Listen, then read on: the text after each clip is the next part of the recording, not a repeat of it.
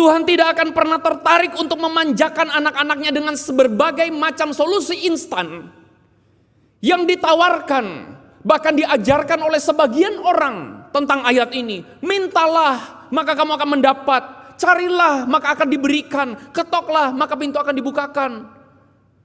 Mohon maaf saudara-saudara, Tuhan tidak tertarik untuk memberikan solusi-solusi instan kepada kita, karena Dia tidak dapat menyangkali naturnya sebagai Allah yang kasih.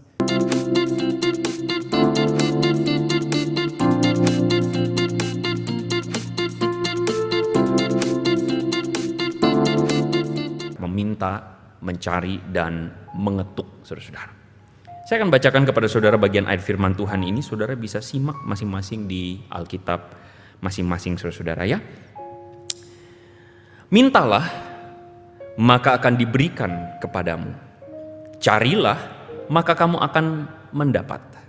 Ketoklah, maka pintu akan dibukakan bagimu. Karena setiap orang yang meminta, menerima. Dan setiap orang yang mencari, mendapat. Dan setiap orang yang mengetok, baginya pintu akan dibukakan. Adakah seorang daripadamu yang memberi batu kepada anaknya jika ia meminta roti? Atau memberi ular jika ia meminta ikan? Jadi jika kamu yang jahat tahu memberi pemberian yang baik kepada anak-anakmu, apalagi Bapamu yang di sorga, Dia akan memberikan yang baik kepada mereka yang meminta kepadanya. Saudara-saudara, saya yakin sebagian besar dari saudara ketika membaca bagian ayat firman Tuhan yang barusan kita baca, saudara adalah orang-orang yang familiar sekali dengan ayat ini. Saya seyakin-yakinnya saudara pernah mendengar apa yang Yesus katakan ini. Mintalah, maka kamu akan mendapat. Carilah, maka kamu akan mendapat. Ketoklah, maka pintu akan dibukakan. Tetapi saudara-saudara, mengawali pemberitaan firman Tuhan, perenungan firman Tuhan hari ini, saudara-saudara, saya akan memberikan kepada saudara sebuah fakta, atau mungkin lebih tepatnya dua berita, yaitu berita baik dan berita buruk tentang ayat ini. Saudara pilih yang mana? Berita baik duluan atau berita buruk duluan? Makasih jawabannya saudara-saudara ya. Roh Kudus kasih tahu saudara isi hati saudara ya. Saudara, kita mulai dengan berita baik karena biasanya kita suka yang baik saudara-saudara ya. Berita baik.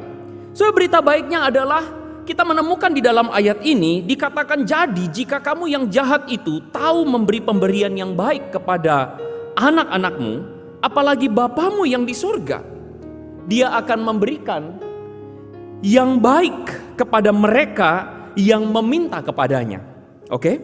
Saudara, ayat yang 11 mengatakan kepada kita, kamu yang jahat, jika kamu tahu memberi pemberian yang baik pada anak-anakmu, apalagi Bapamu yang di sorga, maka Ia akan memberikan yang baik kepada mereka yang meminta kepadanya. Saudara, dengan ayat ini saudara-saudara, kita langsung bersuka cita saudara-saudara, dan kita katakan haleluya. Puji Tuhan saudara-saudara, karena kita mempunyai Bapa yang baik, dan ini adalah berita baik kepada setiap kita. Amin. Jadi ketika kita meminta atau ketika kita berdoa kepadanya, kita tahu bahwa Dia adalah Allah yang memberikan yang baik kepada kita, dan ini adalah berita baik. Puji Tuhan. Oke, saya selesai dengan berita baiknya.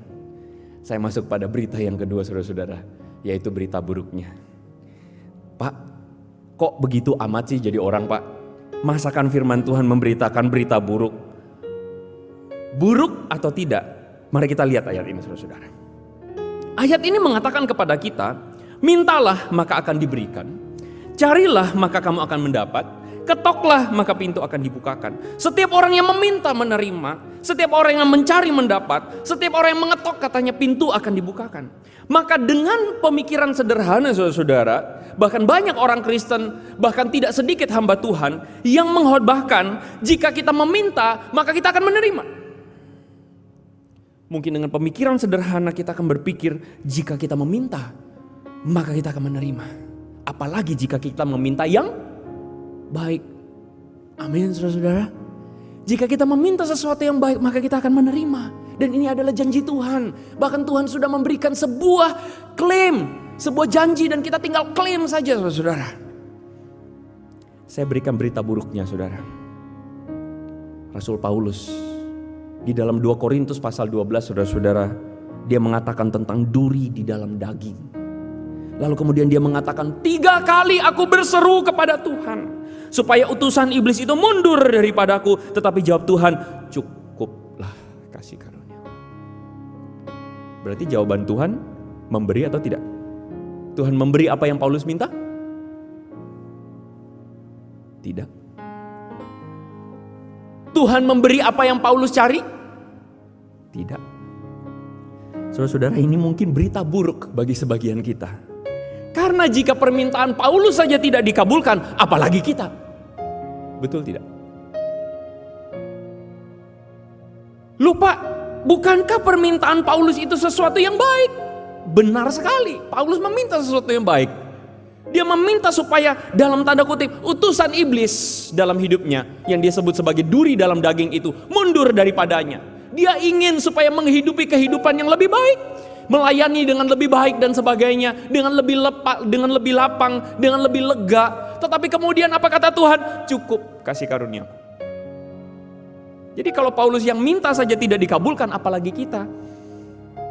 Bahkan saudara-saudara, kalau kita jeli melihat apa yang dikatakan Yesus tadi, ketika Yesus mengatakan mintalah kamu akan mendapat, cari kamu akan diberikan padamu, ketok maka pintu akan dibukakan. Yesus yang sama, pribadi yang sama adalah pribadi yang berdoa di Taman Getsemani dan mengatakan, "Ya Bapakku, jikalau sekiranya mungkin cawan ini lalu daripadaku," kata Yesus.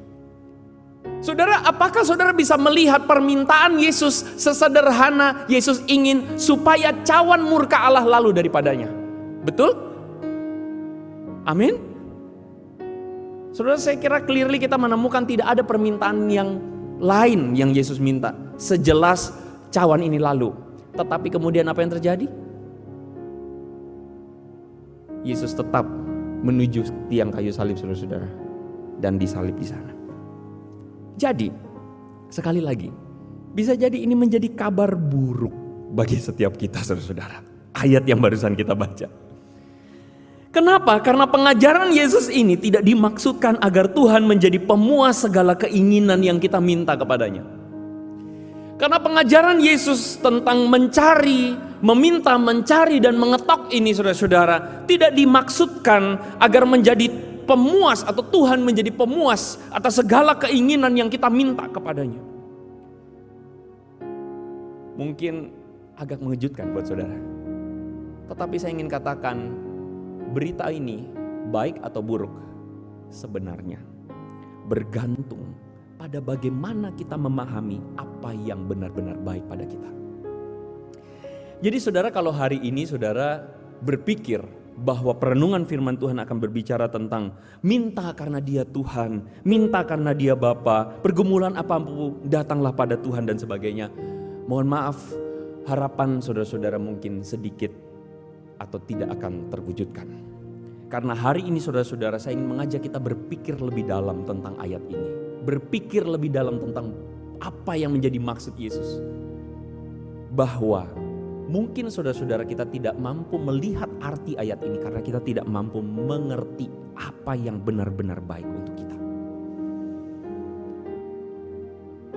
Kita kembali kepada berita baiknya.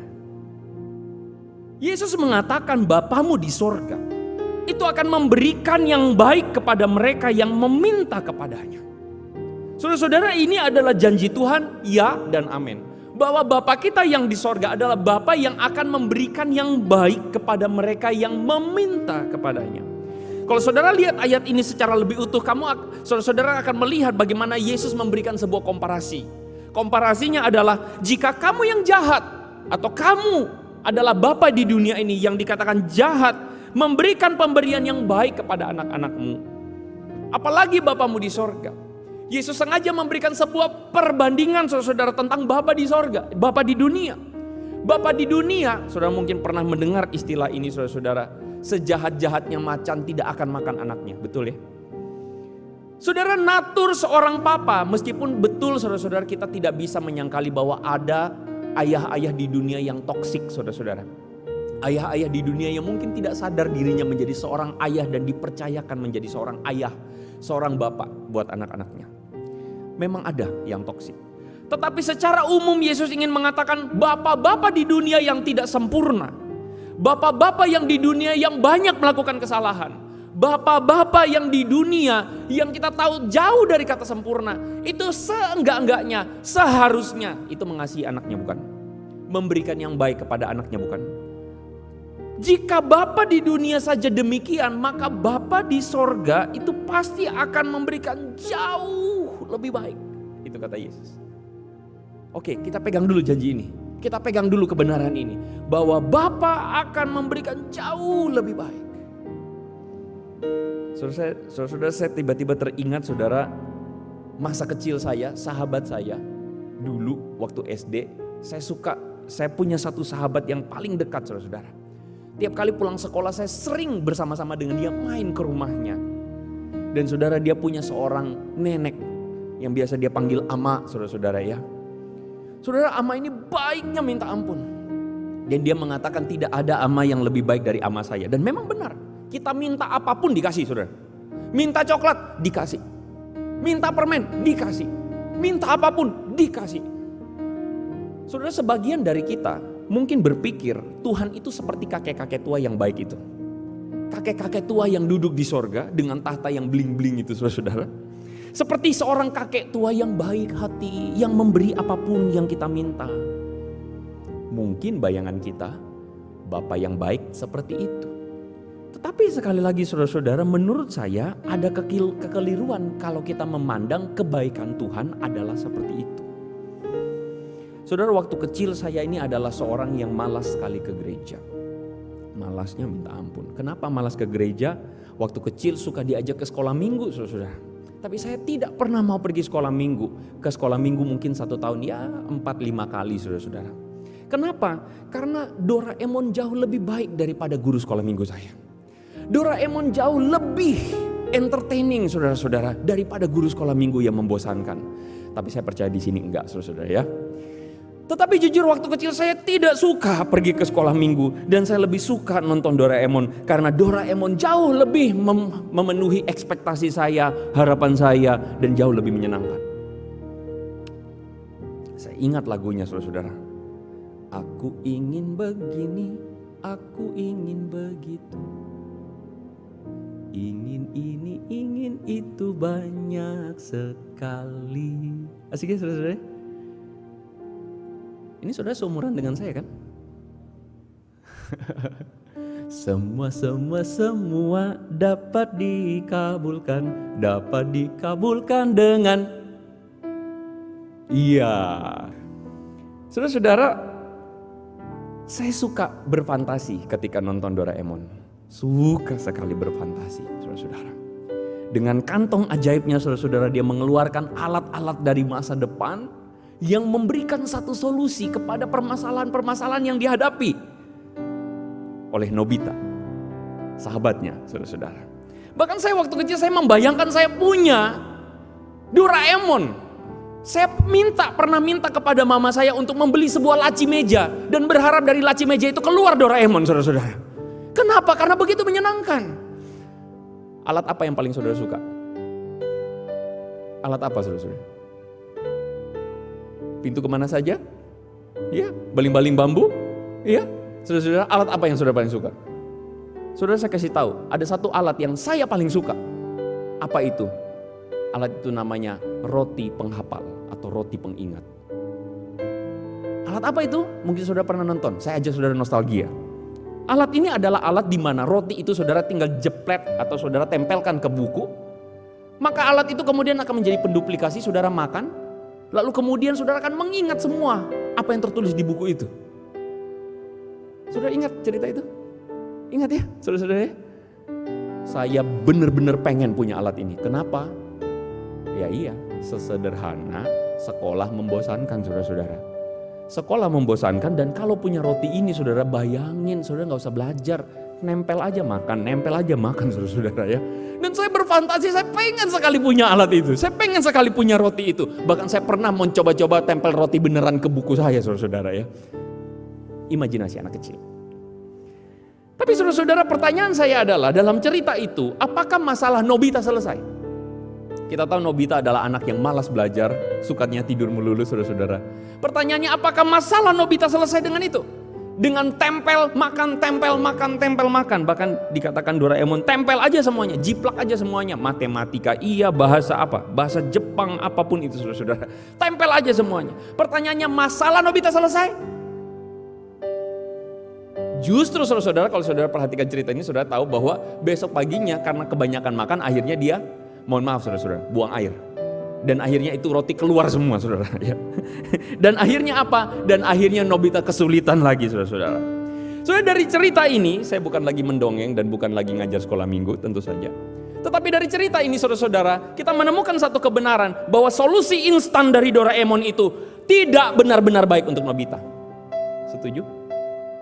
Solusi instan dari Doraemon itu bukanlah solusi yang benar-benar baik kepada Nobita. Karena solusi instan itu tidak mengubah karakter Nobita. Setuju? Solusi instan itu hanya menina bobokan dan memanjakan Nobita dengan memberikan solusi beres. Jebret, selesai. Nobita kesulitan PR, ya udah minta supaya beres, cepat selesai. Tempel bukunya, makan saudara-saudara. Tetapi pada kenyataannya solusi itu tidak benar-benar baik untuk Nobita. Kedengarannya baik, tetapi sebenarnya tidak benar-benar baik. Karena apa? Karena Nobita tidak diubahkan karakternya. Amin. Sekali lagi ini imajinasi saudara-saudara ya. Ini imajinasi. Tapi kebenaran ini tidak dapat kita sangkal. Sehingga ketika kita mengatakan Bapa di sorga yang maha baik, saudara-saudara kita tahu bahwa Bapa tidak akan pernah menyangkali naturnya sebagai Bapa yang baik. Tuhan tidak akan pernah menyangkali naturnya sebagai Tuhan yang penuh kasih kepada kita. Tetapi saudara-saudara, Tuhan tidak akan pernah tertarik untuk memanjakan kita anak-anaknya. Tuhan tidak akan pernah tertarik untuk memanjakan anak-anaknya dengan berbagai macam solusi instan yang ditawarkan, bahkan diajarkan oleh sebagian orang tentang ayat ini. Mintalah maka kamu akan mendapat, carilah maka akan diberikan, ketoklah maka pintu akan dibukakan. Mohon maaf saudara-saudara, Tuhan tidak tertarik untuk memberikan solusi-solusi instan kepada kita. Karena dia tidak dapat menyangkali naturnya sebagai Allah yang kasih. Karena jika dia adalah Allah yang jahat, dia akan seperti Doraemon saudara-saudara. Dia tidak cukup baik untuk itu. Tetapi karena dia adalah Allah yang baik, maka dia adalah Allah yang tidak akan memanjakan kita. Seperti penulis Ibrani mengatakan, Tuhan menghajar orang yang dikasihinya. Dan ia menyesah orang yang diakuinya sebagai anak. Amin. Kalau saudara Bapa yang benar, maka saudara tahu bahwa tidak selalu kita akan mengabulkan permintaan anak kita. Betul? Amin. Kalau saudara orang tua yang benar, maka saudara tidak akan pernah selalu mengabulkan permintaan anak-anak saudara.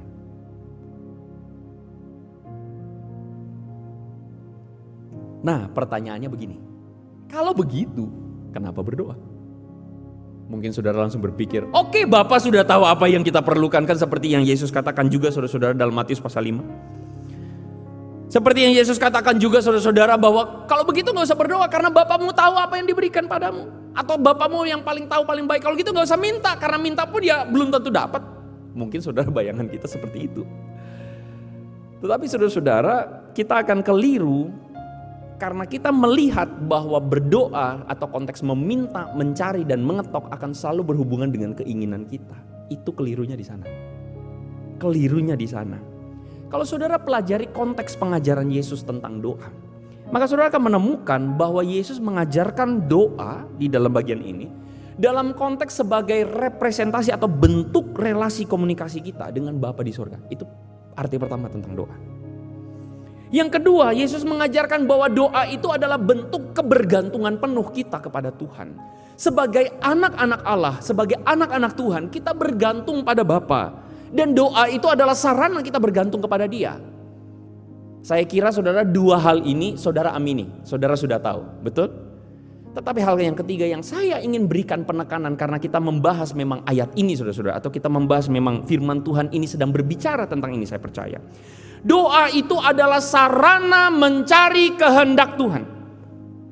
Doa itu adalah sarana mencari kehendak Bapa dan ayat ini sedang berbicara tentang itu. Loh kok bisa Pak? Nah karena itu begini saudara ya. Saya mengajak saudara untuk mari kita put fokus. Karena mungkin saudara ayat ini jarang kita dengarkan arahnya ke sini, saudara ya. Saudara harap kalau saudara bawa Alkitab atau ada Alkitab, saudara harap buka ayat ini. Buka bagian pasal ini, karena saya mengajak saudara akan melihat konteksnya, saudara-saudara. Saya mengajak saudara untuk mengerti konteksnya, saudara melihat konteksnya. Saya ajak saudara untuk buka Alkitab saudara-saudara. Saudara, saya menemukan sebuah keanehan di dalam Matius pasal 7 ayat 7 sampai 11 ketika saya mempersiapkan bagian ini tentang hal pengabulan doa. Jadi LAI memberikan judul, saudara-saudara, itu judul bukan Matius yang kasih judul, saudara-saudara ya. Itu LAI yang kasih judul. Hal pengabulan doa. Waktu saya perhatikan ayat ini, saudara-saudara, menurut saya ayat ini aneh. Kenapa ayat ini aneh, saudara-saudara? Saudara akan menemukan satu kenyataan bahwa hal berdoa atau hal pengabulan doa di dalam Matius ini, saudara-saudara, adalah bagian ayat yang terpisah. Maksudnya apa terpisah, Pak? Kalau saudara perhatikan di dalam Lukas pasal 11, Lukas pasal 11 ayat 9 sampai dengan 13, ini adalah bagian paralel pengajaran yang sama yang dicatat juga oleh Lukas, betul? Kalau saudara perhatikan di dalam Lukas, hal pengabulan doa ini disambung dengan doa Bapa kami. Jadi Lukas mencatat Yesus mengajarkan doa Bapa kami, langsung nyambung saudara-saudara dengan hal pengabulan doa. Jadi satu paket langsung saudara-saudara. Dari situ kita akan ngerti, oh ini satu ide. Tapi kalau saudara lihat Matius, saudara akan menemukan ayat ini pisah. Hal berdoa, doa Bapa kami di mana saudara-saudara? Doa Bapa kami ada di pasal 6 ayat 5 sampai ayat 13, betul? Pisahnya satu pasal saudara-saudara. Kenapa kok tiba-tiba dipisah begitu? Itu pertama yang membuat saya jadi aneh, saudara-saudara. Saya berpikir. Dan setelah saya baca-baca, saya pikir-pikir, saudara-saudara. Ayat ini atau hal pengabulan doa lebih nyambung jika saudara-saudara disambungin dengan apa? Dengan hal kekhawatiran. Saudara setuju gak sama saya? Hal kekhawatiran di pasal 6 ayat 25 sampai ayat 34. Itu Yesus sedang berbicara tentang jangan khawatir akan hidupmu.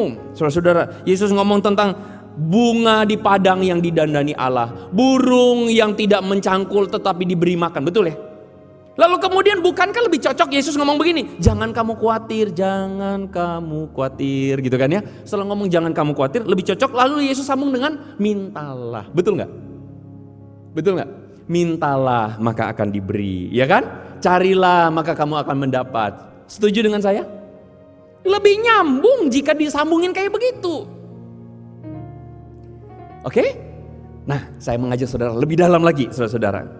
Saya mengajak saudara untuk menginvestigasi keanehan ini.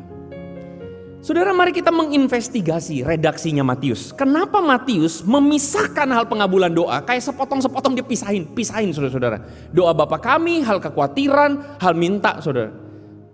Karena kalau minta ini sekali lagi berbicara tentang kebutuhan kita, keinginan kita, maka dia harus sambung semua jadi satu. Tapi kenapa Matius pisah? Saudara lihat. Hal pengabulan doa ini diapit oleh dua hal. Yang pertama hal menghakimi, dan yang kedua perikop jalan yang benar. Saudara bisa lihat. Kita seharusnya berpikir begini. Kenapa ngomongin tentang doa, dipotong tentang bla bla bla, kekhawatiran, terus tiba-tiba menghakimi orang? Habis menghakimi orang, doa lagi. Patut dicurigai bukan? Iya kan?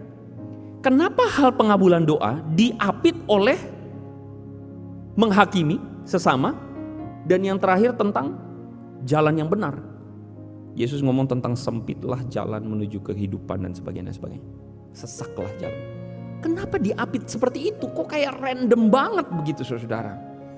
Nah, kalau saudara lihat lebih dalam lagi, saudara akan menemukan sebenarnya hal pengabulan doa ini diapit oleh dua macam idiom atau dua macam pengajaran Yesus yang unik. Yang pertama adalah tentang idiom mutiara dan babi, di mana saudara bisa dapat di ayat 6. Di situ dikatakan, jangan kamu memberikan barang yang kudus kepada anjing, dan jangan kamu melemparkan mutiaramu kepada babi, supaya jangan diinjak-injak lalu ia berbalik mengoyak kamu. Perhatikan itu. Ini ayat Unik, saudara, khusus. Tidak muncul bagian lain. Itu satu. Yang kedua, Yesus apit lagi saudara-saudara, atau lebih tepatnya Matius meredaksikan ini, diapit lagi dengan yang namanya golden rule. Apa itu golden rule? Apapun yang kamu ingin orang perbuat, perbuat dulu. Betul? Betul ya? Itu namanya golden rule. Sehingga saudara-saudara dari bagian ini, saudara akan menemukan bahwa bagian yang mengapit hal pengabulan doa ini adalah bagian yang sedang mengajarkan tentang nilai kerajaan Allah yang sangat bertolak belakang dengan nilainya dunia. Saudara akan menemukan bahwa apa yang Yesus katakan tentang perumpamaan mutiara babi ini, tentang kerajaan Allah yang kamu gak bisa kasih kepada orang dunia. Itu yang Yesus lagi bilang. Kamu tahu kebenaran, kebenaran itu kamu gak bisa kasih kepada orang dunia, yang diumpamakan sebagai, maaf, babi. Karena dianggap bahwa babi tidak akan bisa menghargai mutiara yang mahal. Sudah bisa paham maksud? Orang dunia tidak akan bisa mengerti nilai kerajaan Allah. Orang dunia tidak akan bisa mengerti bagaimana Yesus mengajarkan ampuni musuhmu. Karena di dunia mengajarkan kalau kamu punya kuasa, musuhmu sikat balik. Karena dunia mengajarkan yang paling kaya yang akan dilayani, yang paling bawah melayani. Tapi Yesus mengajarkan sebaliknya, yang paling besar justru melayani. Orang dunia tidak bisa memahami itu, kata Yesus. Karena itu jangan kasih mutiara pada babi, kata Yesus. Dan bagian selanjutnya Yesus ajarin, apa yang kamu mau perbuat, kamu perbuat dulu. Apa yang kamu ingin orang lain perbuat, perbuat dulu. Saudara, ini lagi ngomong tentang nilai kerajaan Allah. Dan ini menjadi nyambung saudara-saudara, ketika kita melihat bahwa sebenarnya hal pengabulan doa ini sedang berbicara tentang, atau hal berdoa itu sedang berbicara tentang menghidupi kehendak Bapa. Bagaimana saya bisa ngomong begitu? Kalau saudara lihat bagaimana Matius membagi soal doa di dalam bagian pasal 6 dan pasal 7, saudara akan menemukan bagian pertama, doa Bapa kami, itu diakhiri dengan apa? Doa Bapa kami itu diakhiri dengan, jikalau kamu tidak mengampuni orang, Bapamu tidak akan mengampuni engkau. Saudara bisa melihat ini nilai value of kingdom of God. Saudara bisa melihat ini adalah pengajaran. Ini adalah nilai kerajaan Allah. Kalau saudara lihat bagian kekhawatiran sedang mengajarkan ditutup dengan carilah dahulu kerajaan Allah dan kebenarannya. Jadi saudara begini, saya ingin kasih tahu begini secara sederhana. Ketika Matius ngomong tentang hal berdoa, Matius lagi kasih tahu bahwa berdoa ini tidak sedang berbicara tentang mencari, meminta apapun yang kita inginkan. Tetapi ketika kita berdoa, Matius lagi bilang selalu diakhiri dengan apa yang Tuhan mau. Saya ulang. Ketika berbicara tentang doa, selalu diakhiri dengan apa yang Tuhan mau. Amin. Sehingga saudara bisa melihat bahwa bagian ini Matius mengatakan, jika kamu tidak mengampuni, Bapamu tidak akan mengampuni. Loh, ini apa nih? Ini adalah kehendak Bapa. Betul? Carilah dahulu kerajaan Allah dan kebenarannya, maka semua akan ditambahkan. Ini lagi ngomong kekhawatiran nih. Tapi kemudian apa nih? Cari dahulu kerajaan Allah. Carilah dahulu kehendak Bapa. Sehingga, nah ini kesimpulannya. Ketika berbicara tentang hal pengabulan doa, kalau saudara lihat, diapit oleh yang pertama, kerajaan Allah ini tidak dapat dimengerti oleh orang dunia, mutiara dan babi. Dan yang kedua, nilai kerajaan Allah ini berbicara tentang apa yang kamu mau orang lain perbuat, lakukan terlebih dahulu. Maka saya sangat yakin bahwa perikop ini, Matius menempatkannya di tengah-tengah ini, tujuannya adalah supaya kamu meminta, mencari kehendak Bapa. Supaya kamu meminta atau mencari kehendak Bapa. Saudara, ini yang menjadi kerinduan Tuhan. Jadi kembali lagi kalau kita melihat konteks pengajaran Yesus tentang doa, kita akan menemukan bahwa sebenarnya doa itu, kalau saudara belajar doa Bapa kami selalu dimulai dengan Bapa kami yang di sorga, dikuduskanlah namamu. Datanglah kerajaanmu di bumi seperti sorga. Saudara, bagaimana mungkin kerajaan Allah datang di bumi seperti di sorga? Melalui siapa? Melalui kita. Berikanlah kami makanan kami pada hari ini, makanan kami yang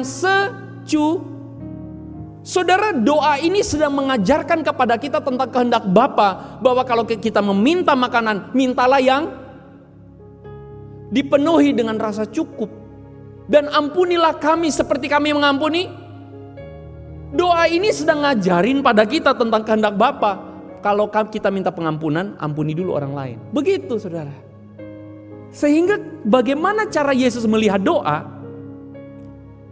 adalah ketika doa itu menjadi sarana menemukan kehendak Bapa.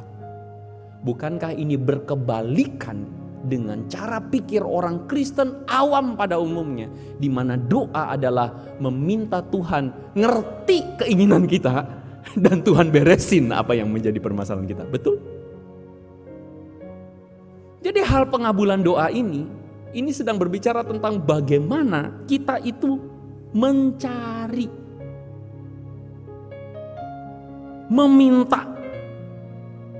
meminta apa? Meminta satu keinginan yang tepat, mencari. Saya tiba-tiba langsung teringat Amsal. Amsal mengatakan, carilah apa? Pengetahuan seperti engkau mencari perak, seperti engkau mencari harta. Maka Tuhan akan memberikan kepadamu yang namanya apa? Hikmat. Carilah, kata Yesus, ketoklah, tekunlah mencari kehendak Bapa. Maka Bapamu di sorga akan memberikan yang baik kepada kamu. Amin. Lupa, kalau begitu bagaimana dengan yang Lukas? Kan Lukas gabungin semuanya jadi satu. Saya tunjukkan saudara-saudara, apa kata Lukas tentang memberikan yang baik. Apa yang baik saudara-saudara? Lukas mengatakan, jadi jika kamu yang jahat memberi pemberian, tahu memberi pemberian yang baik kepada anak-anakmu, apalagi Bapamu yang di sorga, Dia akan memberikan apa? Roh Kudus. Saudara lihat Matius ngomong apa? Memberikan yang baik. Apa yang baik itu kalau gitu? Roh Kudus. Roh Kudus sedang berbicara tentang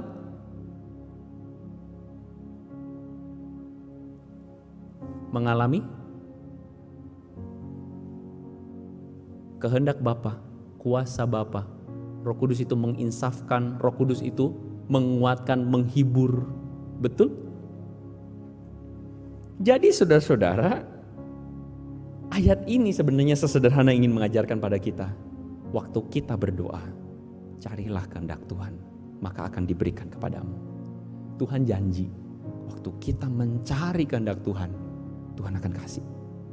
Amin. Jadi doa ini bukan doa minta Ferrari saudara-saudara. Doa ini adalah bukan doa minta deposito, bukan. Doa ini adalah minta kehendak Bapa. Minta Tuhan, saya mau menghidupi, mencari isi hatimu, mencari kehendak-Mu. Apa yang harus terjadi dalam hidup saya? Maka apa yang harus kita renungkan hari ini saudara-saudara? Bagaimana cara kita berdoa selama ini? Saudara, apakah doa-doa kita hanya berisikan daftar segala kehendak-kehendak kita, keinginan-keinginan kita, saudara-saudara?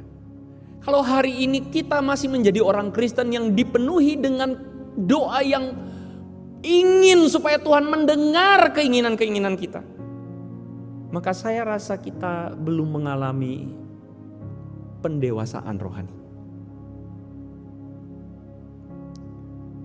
Pertanyaannya, apakah doa kita akan membawa kita semakin mengerti kehendak Tuhan? Ataukah doa-doa kita justru dipenuhi dengan rutinitas, dipenuhi dengan segala kebosanan? Kenapa? Karena kita selalu menjejali Tuhan dengan segala keinginan-keinginan kita. Karena kita menganggap doa hanya sebatas sebuah ritual, sebatas sebuah membosankan.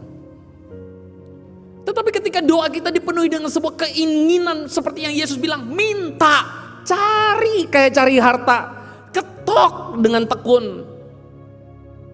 Kalau motivasi saudara benar, saudara akan menemukan waktu doa yang betul-betul mengubahkan kita. Amin. Doa yang akan mengubah kehendak, mengubah diri kita untuk mengerti, memahami kehendak Tuhan, dan membuat hati kita itu menjadi seperti Yesus. Saya rindu saudara-saudara justru di momen-momen pandemi ini, saudara akan mengalami terobosan rohani yang luar biasa. Amin. Saudara mengalami terobosan rohani yang lebih lagi saudara-saudara. Dan inilah yang harusnya menjadi hasrat orang Kristen yang sejati. Jadi jika engkau berdoa, mari saudara-saudara, kerinduan kita, hasrat kita adalah kita menjadi semakin seperti Yesus. Karena itu kita harus belajar saudara-saudara berdoa. Kan kata orang doa itu adalah napas hidup orang Kristen. Doa itu adalah ketika kita berbicara dengan Tuhan. Saudara, adakah di antara saudara ketika berbicara dengan Tuhan, saudara ngomong terus? Amin. Saudara nggak memberikan waktu untuk mendengar, memaknai dan berpikir, Tuhan apa yang kau mau? Tuhan, saya lagi marah sama orang. Apa yang harus saya lakukan? Tuhan, saya lagi bete. Ada orang yang betul-betul, ternyata saya dengar, ternyata dia begini ya. Apa yang Tuhan mau? Oh Tuhan, saya lagi marah dengan pasangan. Saya lagi ini dengan ini. Apa yang Tuhan mau? Kapan kita terakhir kali berdoa seperti itu? Tuhan, saya lagi mengalami pergumulan dalam pekerjaan saya. Saya lagi ngalamin masalah. Saya lagi pengen proyek ini. Saya lagi pengen begini dan begitu. Apa yang Tuhan mau? Harusnya itu yang menjadi doa kita, orang Kristen. Semoga jemaat, saudara-saudara, dimanapun saudara berada, kita mengalami terobosan rohani dalam berdoa. Mari kita tundukkan kepala.